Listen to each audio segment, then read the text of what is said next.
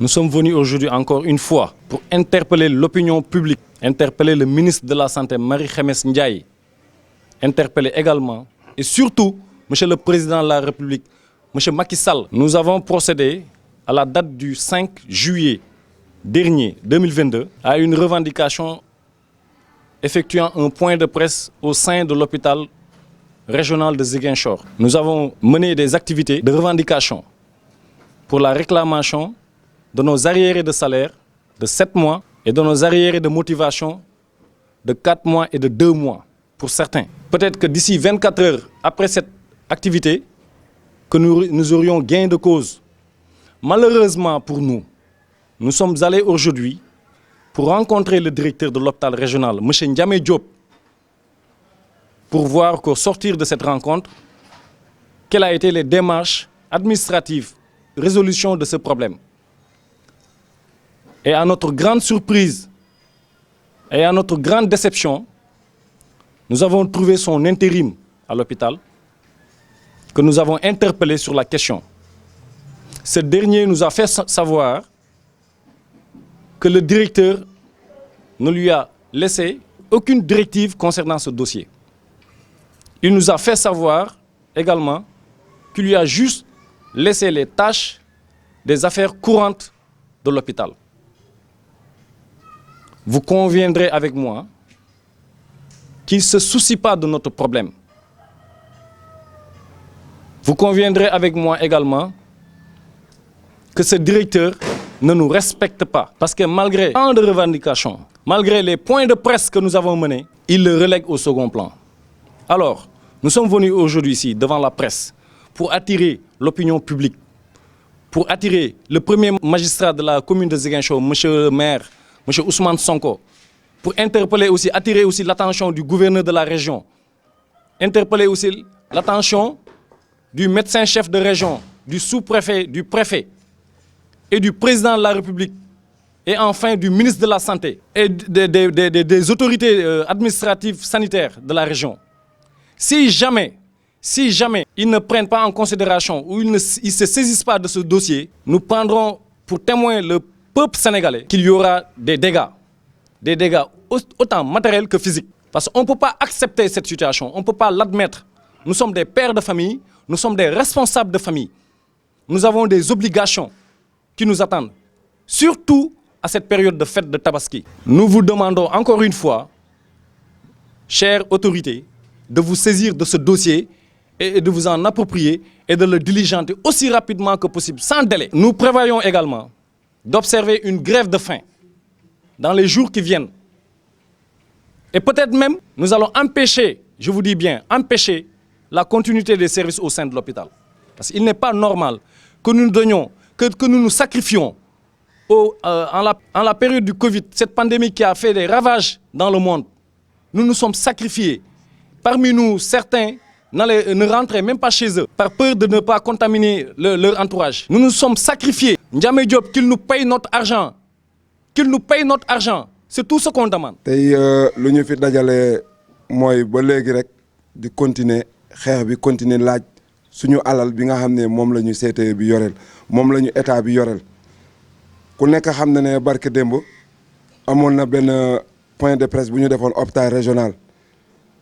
def benn mouvement ci buntu bureau directeur ku nekk la fa gis nga la fa xewoon tey aussi delluwaat nañ foofu pour waxtaanaat ak moom pour mu wax ñu exactement situation bi fan lañ ci toll mais bi ñu demee mbetteel bi ñu fa jëlee mooy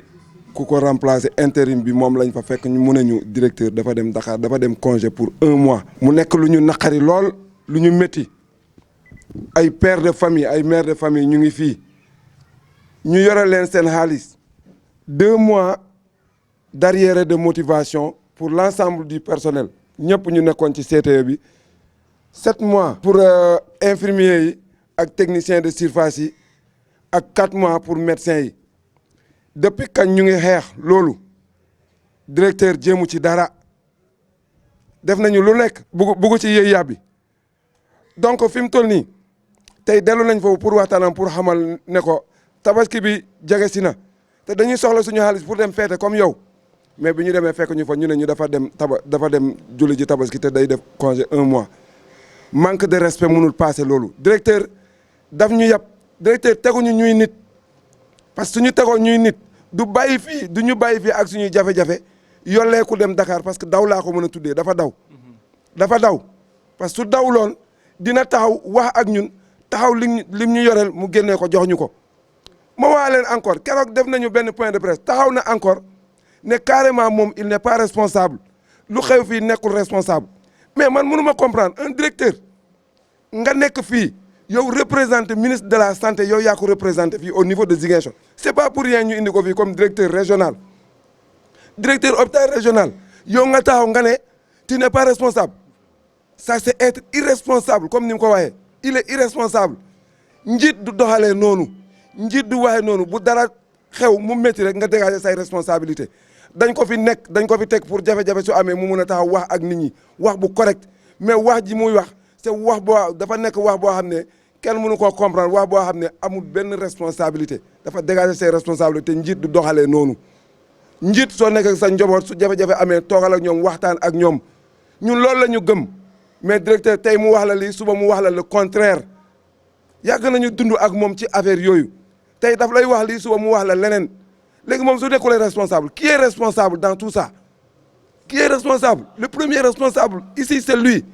moom la ñu xam parce que moom lañ doon liggéeyal en tant que directeur ka fa nekkoon bi mu fi jógee mu remplacer ko donc ba mu ko remplacer boobu la war a assumer ay responsabilités am lu fi mën di xew mu assumer ses responsabilités s'il y a quelque chose mu gérer ko avec ña nga xam ne ñoom la ko seqal ñam ko war a gérer mu gérer ko ak ñoom mais nii di ñëw nga naan leen je ne suis pas responsable xaalis bi ñu jox hôpital régional du ma ko jël di ko fay quiconque moromam directeur yi loolu la ñu def hôpital Kolda directeur bi loolu la def Fann noonu la ñuy def principal noonu la ñuy def moom mu taxaw mu ne moom mënul def loolu ça c'est inadmissible franchement liñ koy wax nag ñun on est prêt à se donner la vie dañu pare pour dellu hôpital régional def grève de faim tant que jotuñu suñu xaalis duñu dellu ginnaaw ñu ngi interpeller ministre de la santé Marie Khemesse Ngom Ndiaye na saisir ce dossier le plus rapidement possible sans délai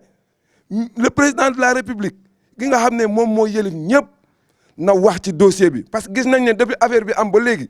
Ziguinchor ñu ngi def sortie ñu ngi wax kenn ci ñoom du ministre de la santé du kenn koo xam ne génn na wax ak sénégalais yi wax ak les ex-agents du CTE wax leen lan moo xew dafa mel ni ñoom ils sont complices li directeur bi def ñoom ñoo ci ànd ak moom man noonu laa ko mën a jàppee parce que su dara amee dañu war a génn def sortie wax ak nit ñi mais defuñu ko ñu ngi toog dafa mel ni directeur bi li muy def daf ko neex ba directeur ñemee taxaw fii ne ñu carrément man chaque jour maa ngi toog ak l'ex ministre de la santé Abdoulaye Diouf Sarr parce que c'est mon grand frère ñun ñooy naanandoo ataaya ça veut dire ce que cela veut dire donc il y a complicité entre eux nañu taxaw ñu wax sénégalais yi lu am nañu taxaw ñu wax ñu est-ce que jox nañu directeur xaalis pour mu fay nit ñi wala joxuñu ko xaalis pour mu fay nit ñi su fekkee ne joxuñu ko nañ ko jox xaalis mu fay ñu suñu xaalis avant qu'il ne soit trop tard parce que on est déterminé ah te pare nañu pour tout dañ leen koy wax ñu dégg ko ñoom dañu nekk dem tabaski nekk en paix ñu bàyyi ñu nekk dans des situations dans des problèmes dañu am njaboot comme ñoom tey dem na tabaski ji ci njabootam ci jàmm ak salaam ñun ñu ngi nii di souffrir xamuñu suñ tabaski naka lay demee moom il est en paix noonu laa ko mën a jàppee dafa nekk ci jàmm faalewul ñi mu nekkal dundul leen yoonam nekkul ci nit ñi liñ koy wax nag encore une fois su ñëwulee arrêté congé ñu wax ak moom mu ñëw fay ñu suñu xaalis su ñëwee dinañu fekk devant son bureau ak suñu mbàjj ak suñu matelas te pare wuñu fa jóge tant que jotuñu li ñuy laaj